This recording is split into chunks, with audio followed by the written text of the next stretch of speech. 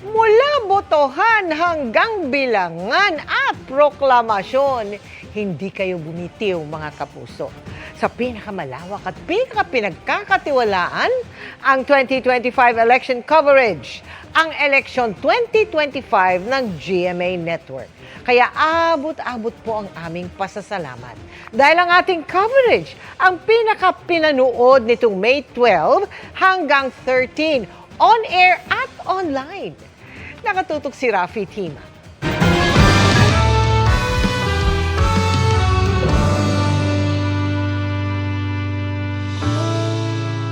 Mula sa botohan, Ito po ang Eleksyon 2025!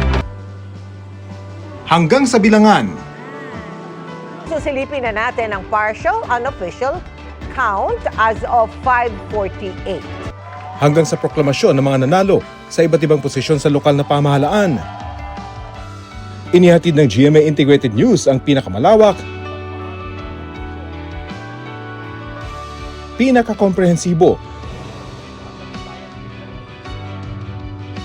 at pinakapinagkakatiwalaang election coverage nitong Lunes, May 12 hanggang 13 sa telebisyon, radyo at online.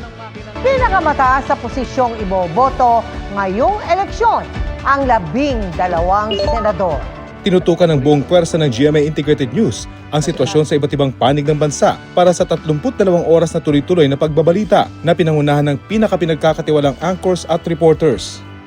Katuwang din ang pinakaginagalang ng mga media group, kumpanya at institusyon sa pagtitiyak na dapat totoo ang mga balita at impormasyon.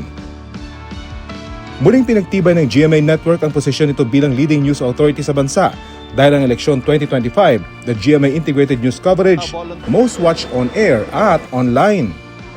Base sa Nielsen Philippines TV audience measurement data para sa May 12 hanggang 13, nakakuha ng combined people rating na 4.2% sa urban Philippines ang election coverage ng GMA Integrated News na umere sa GMA at GTV. Nakapagtala rin ng eleksyon 2025, the GMA Integrated News coverage ng combined reach na 23.5 million viewers sa total Philippines.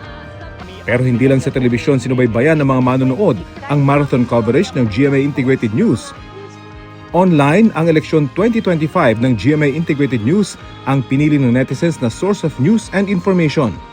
Batay sa global video measurement and analytics platform ng Tubular Labs, nakapagtalang live stream ng eleksyon 2025, the GMA Integrated News coverage ng kabuuang 112 million views across online platforms.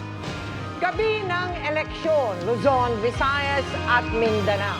Namayagpag ang GMA sa prime time noong araw ng eleksyon, May 12. Ang flagship newscast nito na 24 oras nakapagtala ng combined people rating na 12.9%.